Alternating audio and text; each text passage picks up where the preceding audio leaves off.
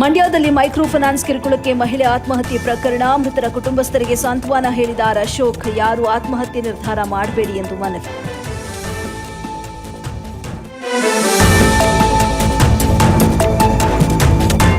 Drop ಕೊಡುವ ನೆಪದಲ್ಲಿ ಮಹಿಳೆಯ ಸರಗಳ್ಳತನ.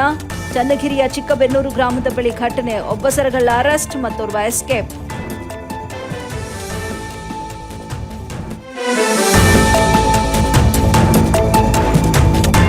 ಚನ್ನಗಿರಿ ತಾಲೂಕಿನಲ್ಲಿ ಗರಿಗೆದರಿದ ತುಮಕೋಸ್ ಚುನಾವಣೆ. ಇಂದು ಹಲವು ಹಳ್ಳಿಗಳಲ್ಲಿ ಮತಯಾಚನೆ. ಶಿವಕುಮಾರ್ ಪರ ತಂಡದ ಅಭ್ಯರ್ಥಿಗಳಿಂದ ಪ್ರಚಾರ.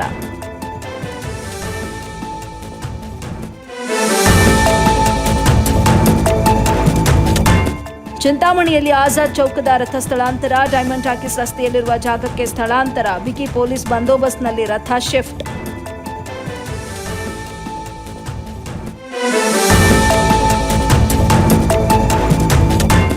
ಮಂಡ್ಯದಲ್ಲಿ ಆಕಸ್ಮಿಕವಾಗಿ ಹುಲ್ಲಿನ ಮೆದೆಗೆ ಬೆಂಕಿ. ಲಕ್ಷಾಂತರ ರೂಪಾಯಿ ಮೌಲ್ಯದ ಭತ್ತ ಹಾಗೂ ಹುಲ್ಲು ಭಸ್ಮ. ಮಂಡ್ಯ ತಾಲೂಕಿನ ಹೆಚ್ಕೋಡಿಹಳ್ಳಿ ಗ್ರಾಮದಲ್ಲಿ ಘಟನೆ.